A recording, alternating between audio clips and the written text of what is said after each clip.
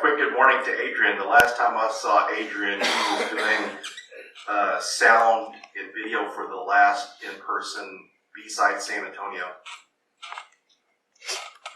So thanks everyone for having me. Excited to be here. It's my first time presenting. Sounds like you all have a really great group. Hopefully be able to present there someday in person. Looking forward to get back into in-person conferences. The virtual thing is okay, but nothing beats in person. So that's great that you all are there virtual. I mean, they're in person, and most of your presenters are in person. So thanks for having me.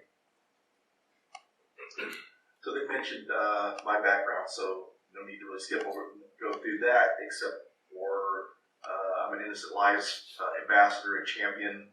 So I bring awareness to the Innocent Lives Foundation. They help unmask anonymous child predators, turn that information over to law enforcement to hopefully apprehend and take these people off the internet and away from harming children. I'm also a Hacking is Not a Crime advocate and board member.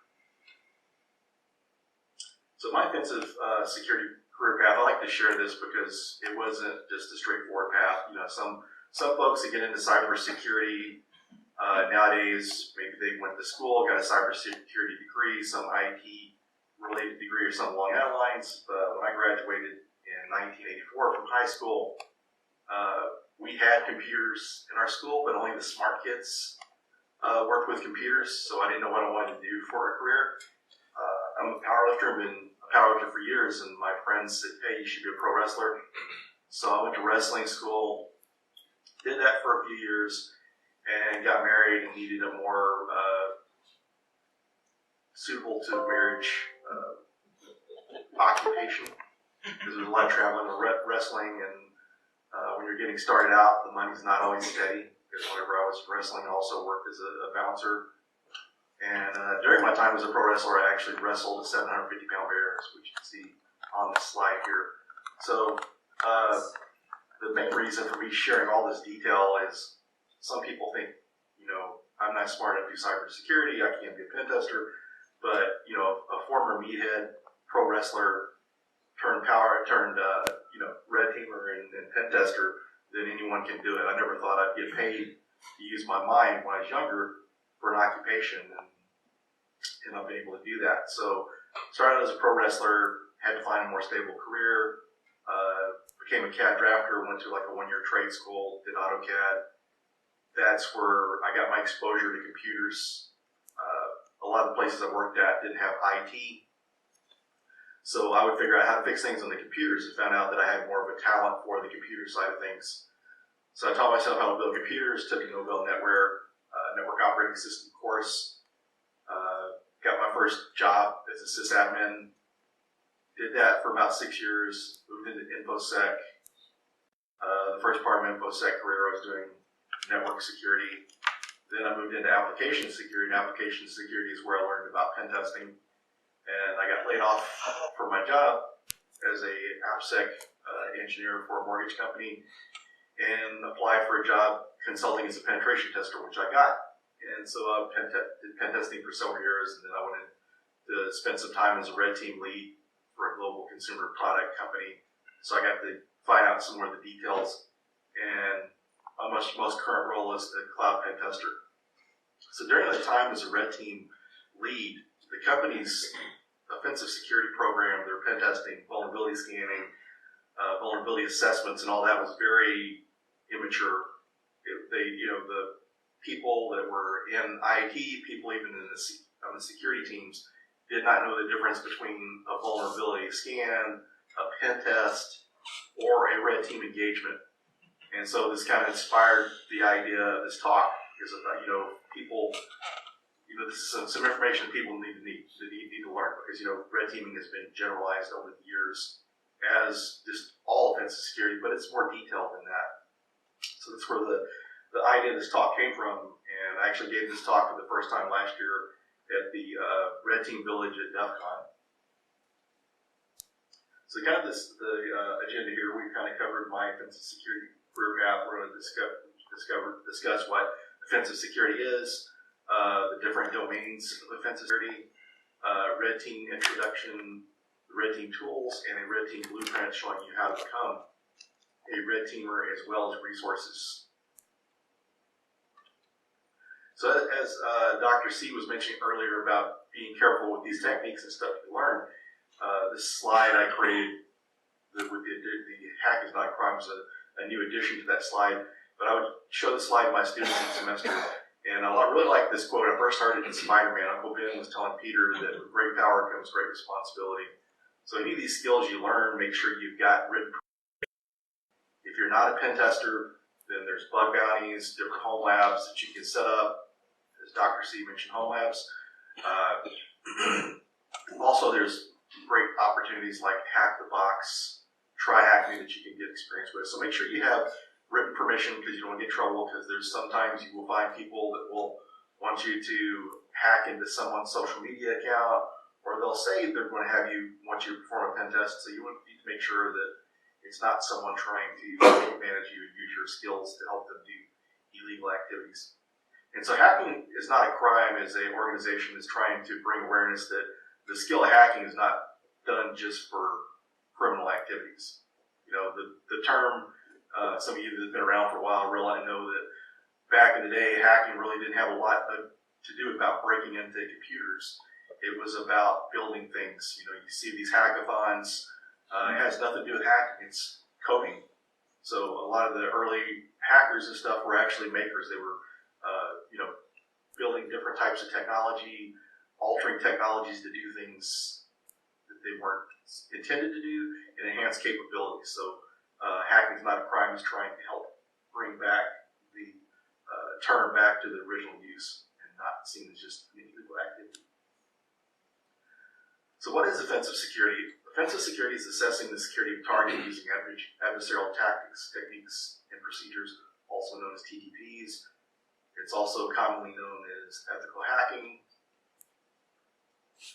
And so there's several different domains here, but there's two main domains, pen testing and red teaming. And under the pen testing domain, we see different types of pen tests. You know, some of your most common pen tests that you normally see are network and application. A lot of those things are driven by PCI. PCI DSS really drove the need for pen testing for regulatory reasons. Not a lot of companies were getting pen tests done. And it's kind of interesting, when I started my pen test career in 2012, most companies hired consultants or contractors to do pen testing. They didn't have their own internal teams. And then now, several years later, a lot of your major banks have pen test teams and pretty good size teams at that. So PCI really made the need for pen testing. But some of the things it also did too is it made the pen testing so narrow focused that a lot of things got overlooked, and that's where red teaming has become more important, because some of the things that were getting missed can be done through a red teaming engagement. So we got networking, network pen test, application, cloud, social engineering, physical security, hardware, vehicles, your different types of transportation, your planes and automobiles. It's really kind of cool. I did an interview with Alyssa Knight on one of my recent podcast episodes, and she was talking about some of the things she was doing. She was hired to hack connected buses. So there's all sorts of really interesting things you can do. You can get into IoT, and those are really some fun areas to work in. And red teaming is really kind of a specialization of pen testing, more of an advanced type of pen testing.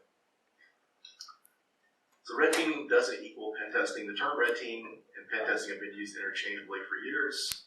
While there are similarities, there are distinct differences between true red teaming and pen testing. So there's some commonalities between the two. They're very similar. Red teaming is more of a specialization of offensive security. So they both have exploitation. They can have social engineering or phishing. They don't always have social engineering phishing. That may be, it all depends on the scope of the pen test. Sometimes physical security assessments can be involved. And so the difference is there. Red team, it's threat actor emulation, detection avoidance, less restrictive scope.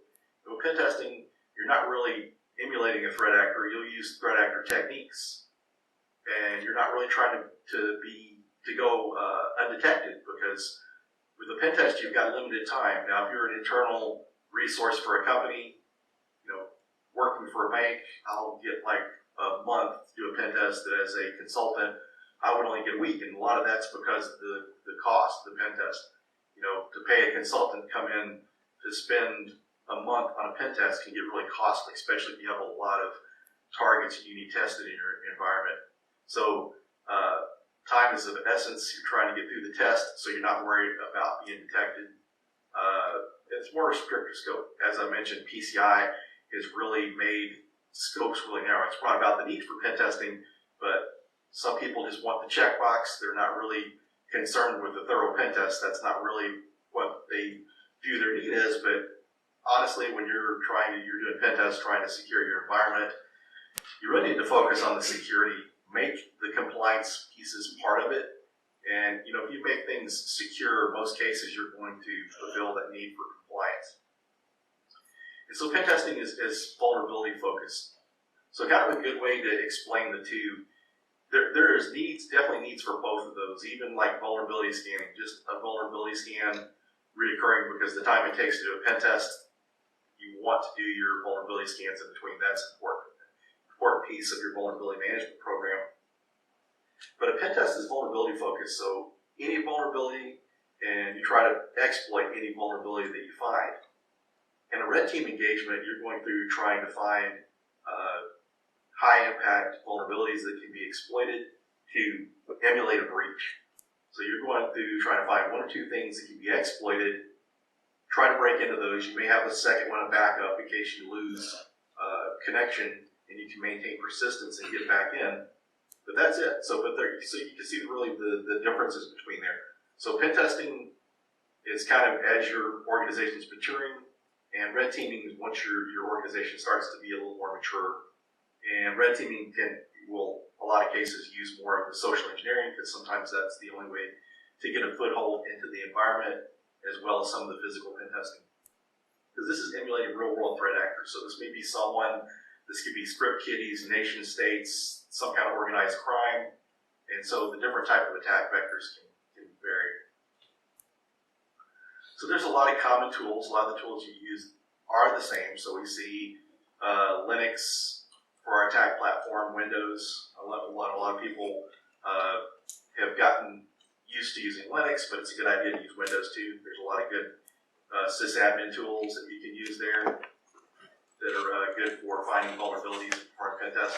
So Linux and Windows-based tools, Metasploit, malware and exploits, command and control. So we see these are all similar, but the one difference here, we see vulnerability scanners. You're trying to be quiet, so you're not going to be running a vulnerability scanner during a red team operation. And so your malware and exploits are going to be a little more heavily used on red team engagements, sending phishing emails to try to get someone to click on some malware so you can get control of the environment. And then using C2 is heavily used in red teaming because it's a good way to deliver payloads to systems.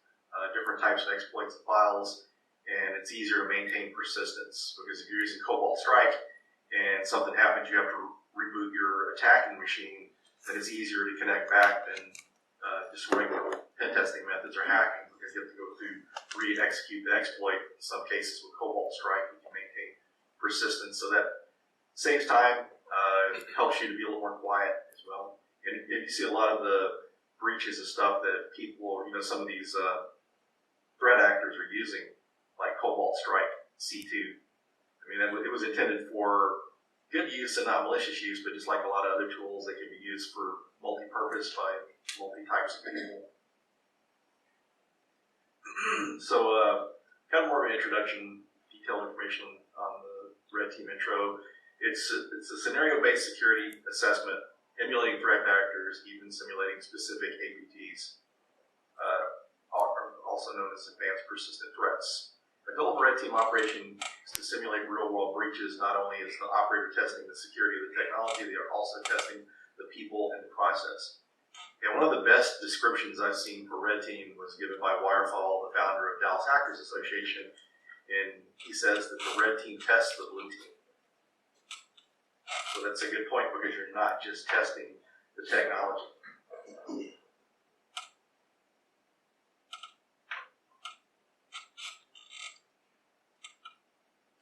And so red team operations can take more time to plan and perform. They rely heavily on OSINT to enumerate information on target technologies and employees, because in a lot of cases you're doing more social engineering and you're leveraging this through the employees that you find through your phishing campaigns or your OSINT to get additional foothold into that environment. And a lot of times you can go there, you're going to LinkedIn and you can see the type of technologies people are using there because their DBAs may share what type of databases they're using. You may see what their network engineers, what type of networks that they use. So a lot of good information can be collected there to launch a social engineering attack against the employees there. So detection avoidance is very important to be a successful red team operations. We're impersonating an actual threat agent. And so as far as the planning goes, you can get into more extensive, minor APT-based threat actors to emulate, or you can be a little less customized and just kind of do your own thing using different tools and techniques that a threat actor would use. So red team operations rely on malware payloads to gain initial footholds in a lot of cases. So this is delivered through phishing emails. So evasion obfuscation is very important for malware success. And it's important for getting any kind of payloads or exploits to work in pen testing. But here you're really trying to not only get your payloads to execute, you're trying to go undetected. So you're wanting to be quiet while you do that, and you want to make sure that your payloads and exploits are obfuscated, which as time goes on, these different endpoint protections have become even more advanced, and it's a little more work to evade those systems. So command and control is an important tool to control compromised systems, deliver payloads, elevate privileges, lateral movement, and used for persistence. So this makes it easier to gain access to other systems using lateral movement, used to elevate privileges, and there's a lot of nice add-ons and scripts that you can use with like Cobalt Strike that makes your job easier as a red team operator. And so planning the red team ops. So planning the red team ops can be very detailed, mapping APTs from MITRE ATT framework and using tools like Vector. Vector is a really nice tool that you can map out to certain APTs. You can manage your operation as well as plan it out looking at the different APTs. So this is a really good tool to simplify that. And so they can be less complicated, as you kind of mentioned. You can just kind of do your own thing, because before these APTs are discovered, someone had to create them, so you can kind of do the same thing and create your own. So additional benefits is test people, process, and technology. If activities are not detected, the red team can work with security or the blue team to tune the security defense systems to detect malicious activity. This can be extended on to purple teaming. So purple teaming is something I highly recommend, and we did some of that at the company where I was a red team lead. It takes years of pen tests and vulnerability scans to get your maturity of your organization up to a good, safe level. But with purple teaming, you can go through and test different tools, see if they're being detected. If they're not, make sure you're configure your systems where they do detect that, where the people that are defending the network and the systems can more easily detect that stuff. So working with the defenders to make systems detect activities, as well as, not everyone needs to run PowerShell. You need to make sure that people can't run like invoke Mimikatz or different tools on the system. So just taking away some tools from an attacker is going to make it more difficult. Now your more advanced nation states may be a little more difficult to prevent, but there's all levels of attackers below that, up to that you can prevent. Just be able to take away a tool from their arsenal is going to be able to help make your environment more secure. And that's the purple teaming. That is a really good thing. A lot of times people think that I really haven't seen just a purple team in a company. Usually purple teaming is a type of engagement like a red team operation. So it's a type of teamwork between the red team and the blue team. So becoming a red team operator, kind of like my Pentester Blueprint talk and book, a lot of people are interested in getting started. So to become a red team operator, you need to build a base. So the technology basics, you need to know this. And a lot of people getting into pen testing or red teaming want to jump right to the hacking and the fun part, but you really need to understand the technology. Understanding the technology of the networking, operating systems, Active Directory, these are very important technology basics to understand.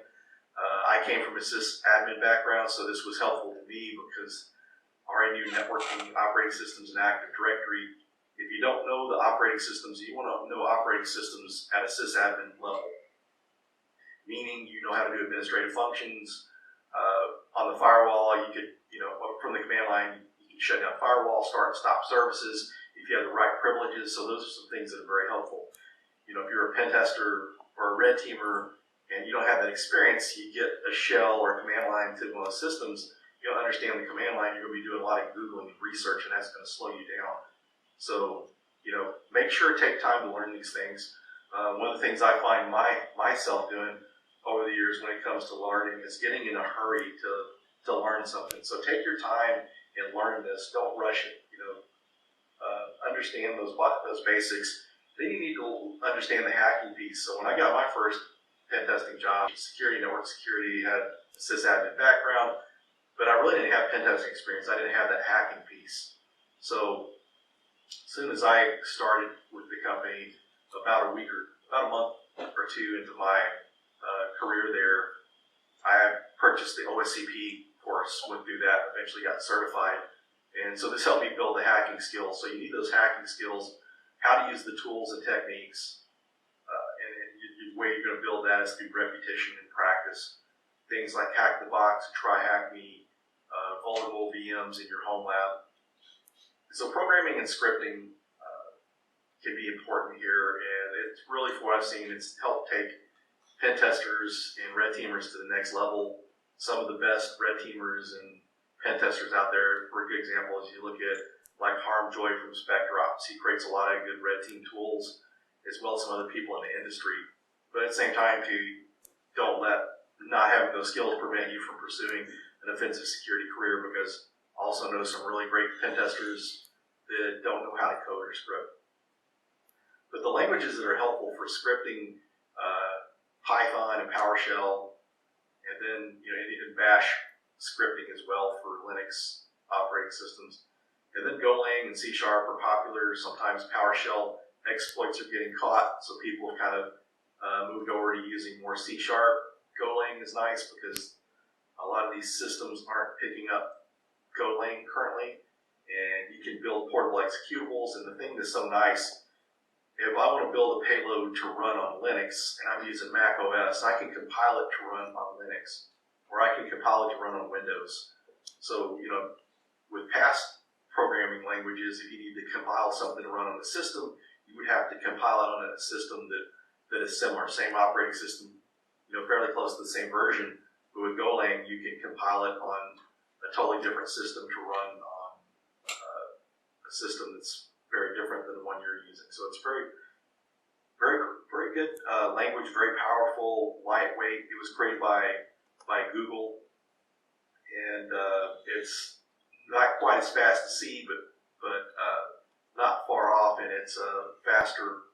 The tools are faster, more powerful than like Python. And so once you get the pen testing based skills, when you kind of mentioned the other slide, you need to start focusing on some of the red team skills, like malware and exploit development. A lot of times you're doing a lot more obfuscation, evasion. That's important on both sides, but when you get your red team operations, you're trying to go undetected. Active Directory is very important. Be able to exploit Active Directory, because most enterprises are running Active Directory, and you can expand that skill set into learning the Azure Active Directory. There are some differences there. And some people have hybrid on-prem and cloud-based Azure and legacy Active Directory setups. So understanding Active Directory is very helpful in those enterprise environments. Phishing, social engineering, and physical security exploitation are skills that you'll use more often there. So kind of the hacking skills learning path. I recommend the OSCP because one of the things it does, and some people complain about the try harder mentality, but one of the things was that when I went through the OSCP, it really did a lot to help me hack. It helped me build my hacking foundation. So I highly recommend that, and I would go through the exam. You know, you can put in the time and effort and really learn these courses really well, but the certification process, what I've found is it forces me to work harder. You know, you have to get to a certain level if you're going to pass the OSCP exam. It's not like you may think, I know this well enough. This forces you to know it well enough. Hack the Box and Try Hacking are good places to learn. Hack the Box is a good place to test what you've learned. They have the Hack the Box Academy now too, so you can learn from that. And Try Hacking is another one that I like that's really good for people that are beginner level hackers. That kind of gives you some detail to help get you started out. And then social engineering, which social engineering, you know, there's different types. You can do your phishing and vishing, you know, that's the voice, like calling someone on the phone, smishing through SMS messages. That stuff is not as difficult. The in-person stuff, you know, if you're kind of a nervous type person, then calling someone on a phone or trying to, you know, gain access to a building, trying to pull off a certain pretext may be a little more difficult for you, but as far as a red teamer, having the phishing skills and stuff like that is important. If you can't really get past the in-person social engineering, then that's not going to stop you. There's people that specialize in that area, and there's some people that's pretty much all they do. You know, you take Jason Street, for instance. You know, he's an excellent social engineer, and that's mainly what he focuses on. He uses his hacking skills once he gets into the network or gets a hold of a computer in the environment. But there's some people who just specialize in that alone. And so, learning paths for red team skills, Pentesting Academy, the red team labs, and eLearn Security, which is now I&E. Their penetration testing extreme is not listed as red team, but it is a red team course. Hack the Box Pro by Rasta Mouse and Rasta Labs on Hack the Box Pro, and 0 Point Security. He spun off his own course through 0 Point Security, which is a really good one. I've worked through that. They've got an environment where you have to send a phishing email to gain official foothold, initial foothold in that system. So it's a really good one. They have Active Directory in the environment, servers you're coming in from, you have a simulated external facing environment you're coming from to get into network internally. So that's a really good one. So different tools and resources here. So APT planning, attack.mitre.org, that's a really great place to learn. A good way to get the idea of the hacker mindset, the threat actor mindset, seeing how some of these attacks are pulled off, the different tools they're using. And then Vector.io, I mentioned that application earlier. This is a nice one for planning out your red team operations. You can plan it out as well as track your red team operations. And then your command and control or C2. The C2matrix.com is a great resource for finding different C2s.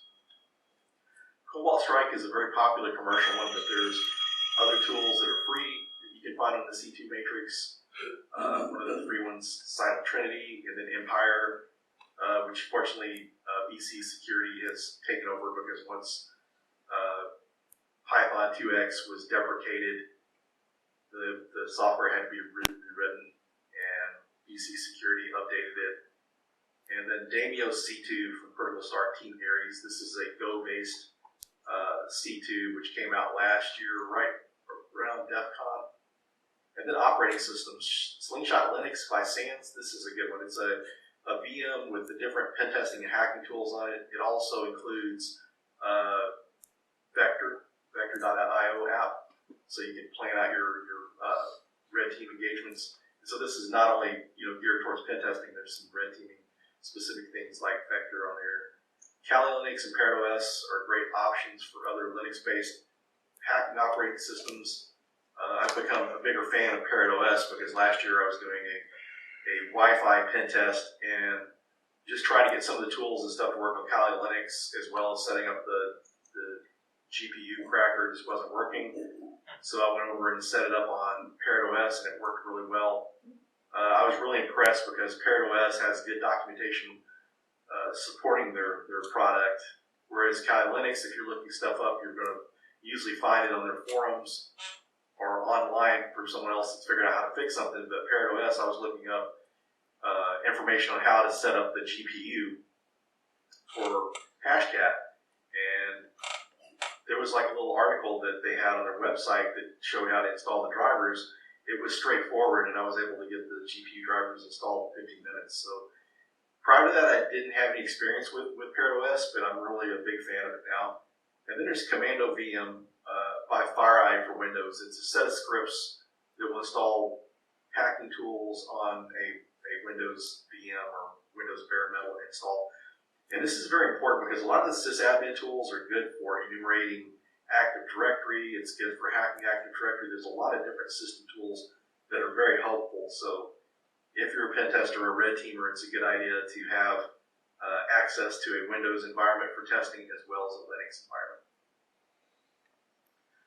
So some other course resources: Hack the Box Pro, as we mentioned, Rasta Labs, Pentester Academy's Red Team Labs. Sector 7 has some great courses. They've got malware as well as red teaming courses, and they keep adding to their courses, and they're pretty inexpensive. It's usually around $250 to $300 per course. Where if you went to some other provider, it would be probably $1,000 or thousands of dollars for the same stuff. And Zero Point Security, as we had mentioned, that course. You learn security IDs, Pentesting Extreme, and SpecDrops. Their adversary red team operations course is good, but one thing to keep in mind, if your company does not have Cobalt Strike, this course is based around Cobalt Strike. So you definitely need to have that in your environment for that class to be helpful.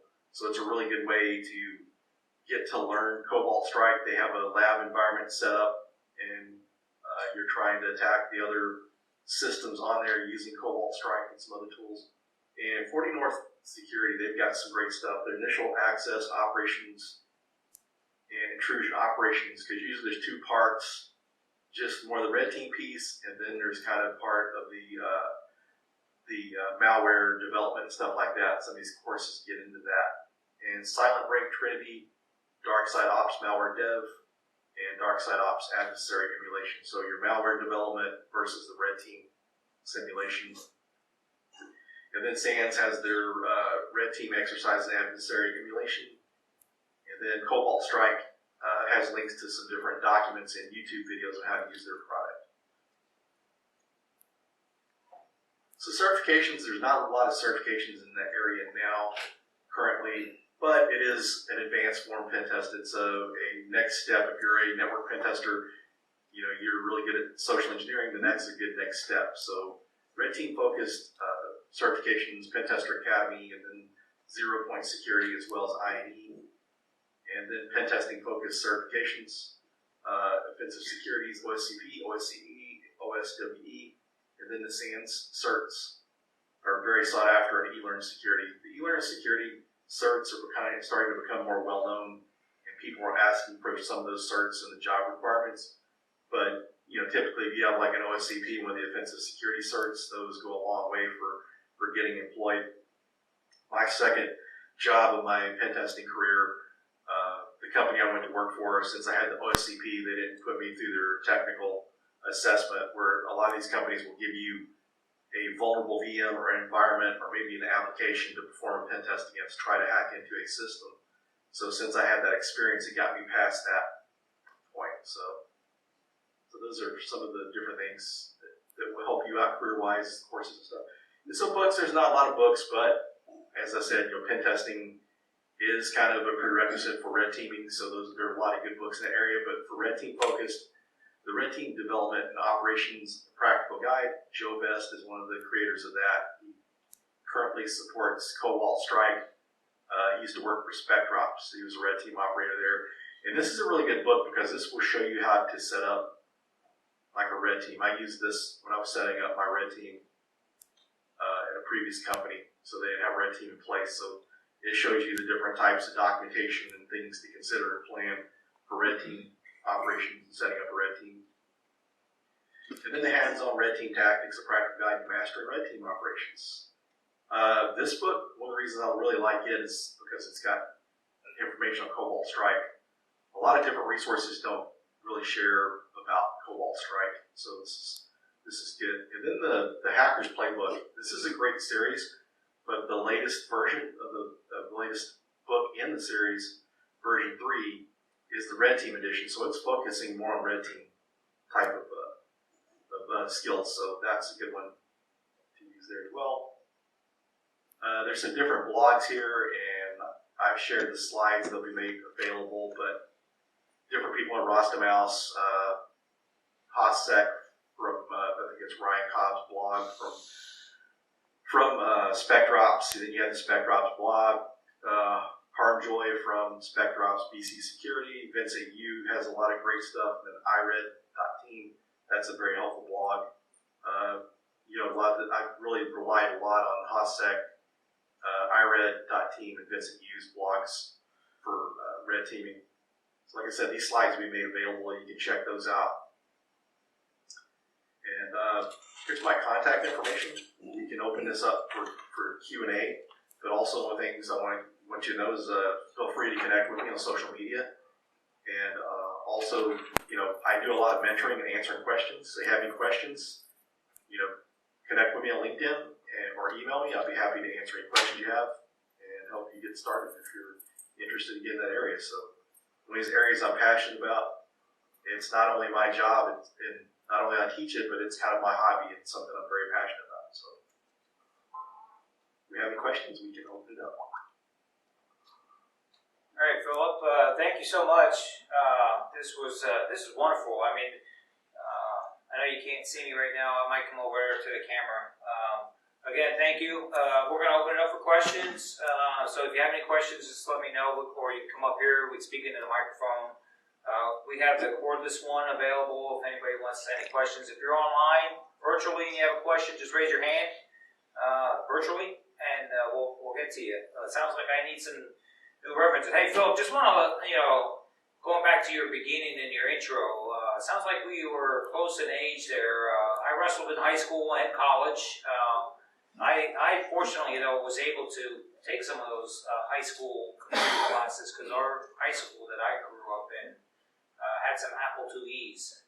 So I was fortunate enough to be able to take those in high school. But that's what really got me started. And of course, War Games. Anybody remember the movie War Games with the Whopper?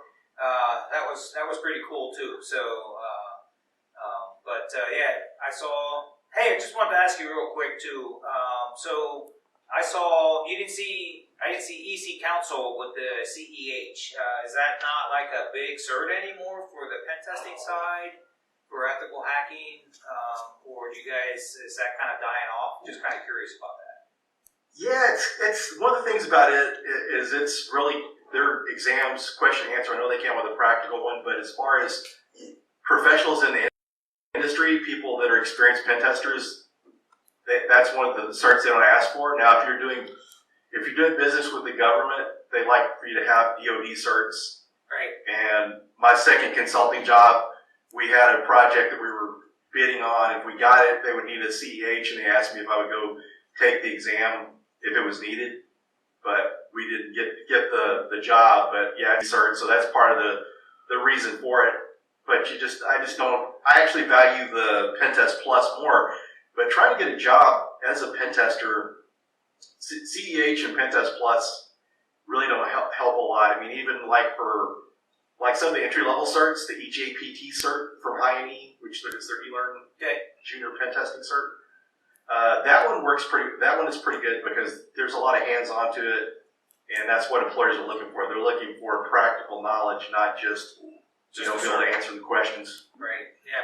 No, I was just curious. I didn't see it up there, so I just wanted to make sure people were aware of that. I'm very familiar with the DoD 8570, which requires the CEH for an assessor side of the DoD side. So I understand that. So that's why I was just curious. OISFP, and then of course I have the other the pen testing playbooks. Now I need a new version. Sounds like because I haven't bought the new one lately, so now I got to add to my library. So thank you for that. And some other great references. It's a good one. It's a good series of books. Yes. The first two were definitely very, very good. Looking forward to now getting the third one. seeing what the contents are of that. But other great references. Really appreciate this. Any questions out in the crowd here, locally or virtually? Nobody's got any questions? Oh, we got one in the back. Did he beat the bear? Did you beat the bear in wrestling? No. No? Was it a draw? Well, the bear didn't take me down. Was he and drunk? I didn't pin the bear. I didn't take him down. So, but the interesting thing was, out of the people that wrestled the bear, I did the best against the bear. But he was like taking people's legs out from under him. So if you go back and look at that picture, he's got his paw, his arm, his front leg around my legs, trying to take me down. And when I saw the other guys wrestling, him taking their legs out from under him, I got down kind of in a wrestling position or a lineman position, so my legs were out to prevent him from being able to get a good hold of my leg and take me down. Okay, any other questions? Yes. Is that a hand? Yes, no? Maybe so? Anybody online? Did you see any hands raised online? Nope. No, I'm going to come over. So we have, we're going to send this to you, Phillip. I know you can't see. I'm going to come over to the camera and show it to you. But we got a gift for you, and Paul's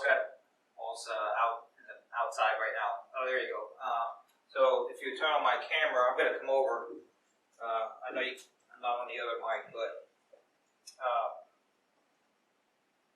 here we go. So OISF logo. It's a nice beer mug. So beverage of choice. So we got these for the guest, all the guest speakers.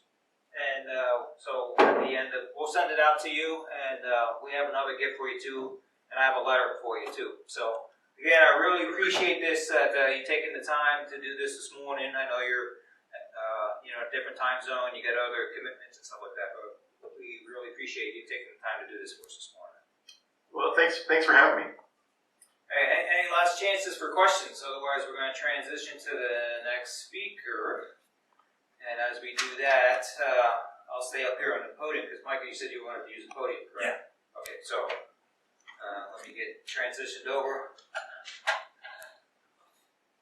Okay, so as Dale's switching over, all right. So Micah Brown. Oh, let me stop this now. That way we can do the intro at the beginning of the person's talk. Sure.